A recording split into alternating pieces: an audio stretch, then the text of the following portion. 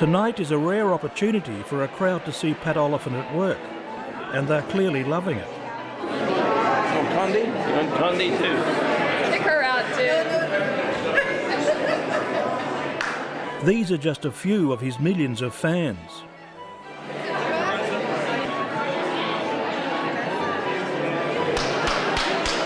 Pat Oliphant, ladies and gentlemen, tag that wall. We tagged that mofo. What do you think of his work, please? My God, he's unbelievably good. Plus, we're all on the same page politically, Right, too. fabulous. I mean, we're very lucky to have him here in the community. What do you think of it? Wonderful. It's great.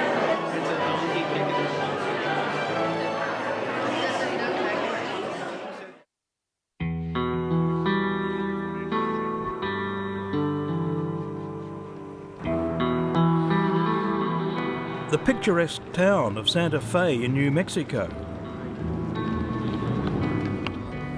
Pat Oliphant carries enormous influence in America's biggest cities, but he's chosen this quiet town as his home.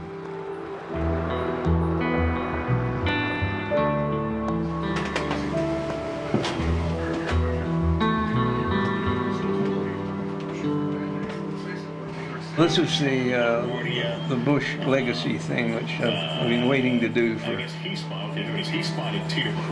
some, well, probably 8 years.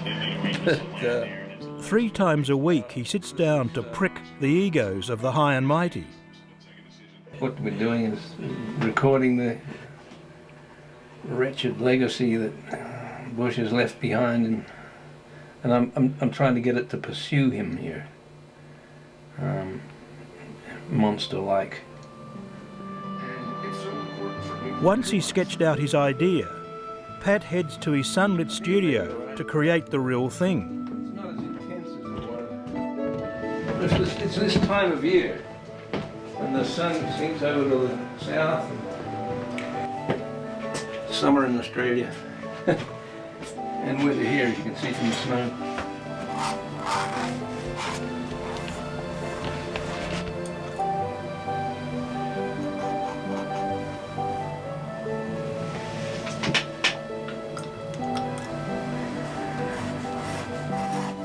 Pat refuses to use a computer, still drawing his cartoons the old-fashioned way, using a dip pen and ink.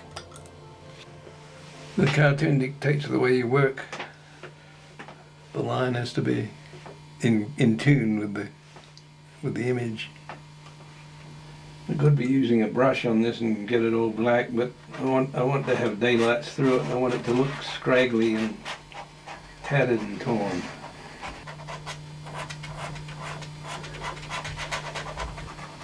He started cartooning back in Australia in the 1950s, when Robert Menzies ruled the roost. Yeah, he had these big eyebrows, long top lip. He just wanted the seat in the House of Lords so much. And so he suggested that the new Australian currency, instead of the dollar, would be the royal. Oh, kiss my ass. Why did you leave Australia? That was a very repressive time, repressed time in Australia. Everything else seemed to be going on elsewhere. In this country especially, the civil rights was going on, Vietnam was going on, the protests, everything was becoming polarized. And in Australia you could do cartoons about the weather. I've got to erase a few lines here, hope they don't run. Pat's adopted home liked him so much that in 1967, just 3 years after arriving, he won the nation's highest journalistic honour, a Pulitzer Prize. Nowadays, his cartoons are syndicated to more than 400 newspapers across the US and around the world. So there's the completed cartoon for today of Bush's end of 8 years in the White House. Yeah. And of course I have mixed emotions about it. It's a dichotomous thing because he's given me a great 8-year ride with a matchup of just the perfect villains, and cartoonists, as you know, depend on villains. So I'm losing probably the best cast that I've ever had. And one thing I just have to remember is that politicians will never eventually let you down. They're going to come through with something. Bye, Bush. Some of Patrick's So here? Patrick, here's one small one of his. I love that one.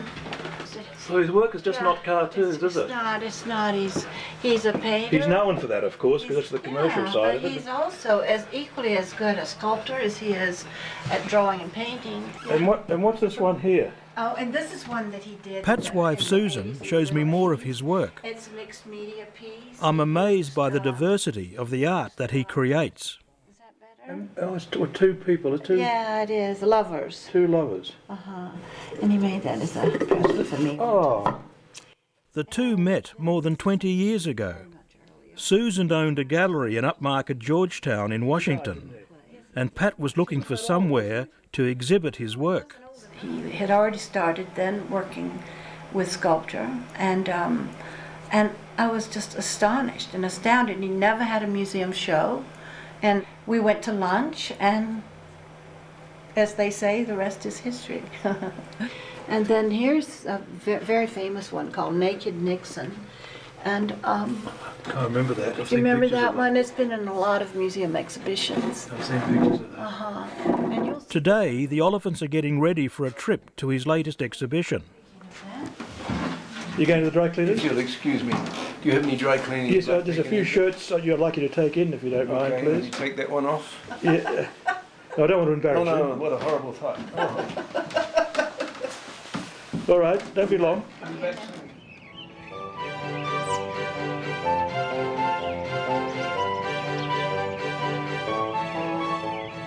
The University of Virginia is hosting a celebration of Pat Oliphant's recent work.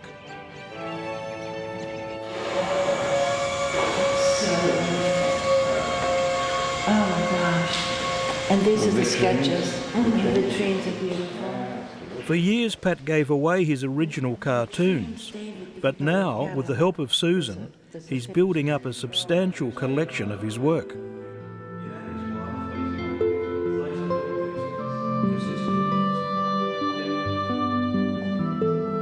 So this one is a celebration of the spring at St. Pedophilia's, the annual running of the altar boys. And that caused a bit of a stink, did it? Yeah, although the newspaper, the Catholic Reporter, liked it and ran it. So they're liberal.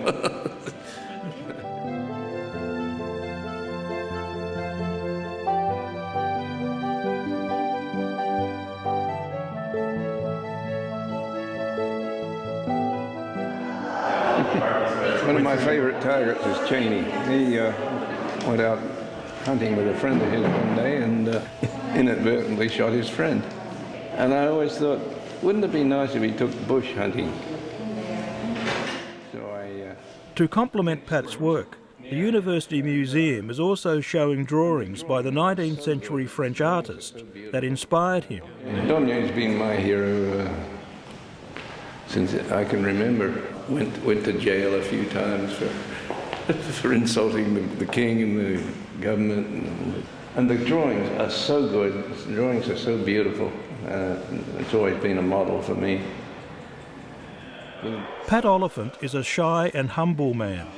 He's content to let his art do the talking for him. So to assist him with the opening festivities, he's recruited his good friend and fellow artist, Bill Dunlap. We have to remind our... What's so special about Pat's work? Well, it's the shameless narrative in all of them. You know, we're all making art at a time when storytelling is anathema, when you're not supposed to have your art say anything. And Pat has flown right in the face of that. He's continued a great tradition, at the same time makes very contemporary, edgy art of it all. When the sculpture and the drawings are together, they are the most powerful kind of indictment of our time and place. It's just kind of extraordinary.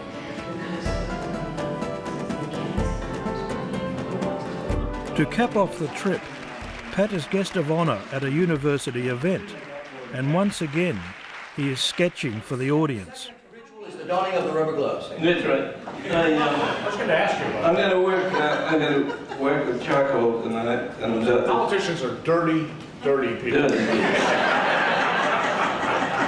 And cartooning and proctology have an awful lot in common. Which of you guys is first? Barack Obama's victory has presented an unusual problem for both Pat and his friend, the political satirist, P.J. O'Rourke. Both of us are in an awful situation because we have got this president that everybody likes. And the rest hasn't done anything wrong. And plus his kids are cute, his wife is beautiful. Damn it. I don't even know how, I'll be very interested to see how Pat portrays. Pat usually gets the inner evil to come out. And so far, we're not sure Obama's got any in it. We're hoping. God bless his ears anyway. They're sailors. When you look at one of Pat's caricatures, you see the character of the person for good or for ill. And I don't think anybody's, well, any old cartoonist could do it with Nixon. but most cartoonists are not capable. They're not that good as artists, and they're not that good as thinkers. Sarah and the Moose. Daddy, read Sarah and the Moose again.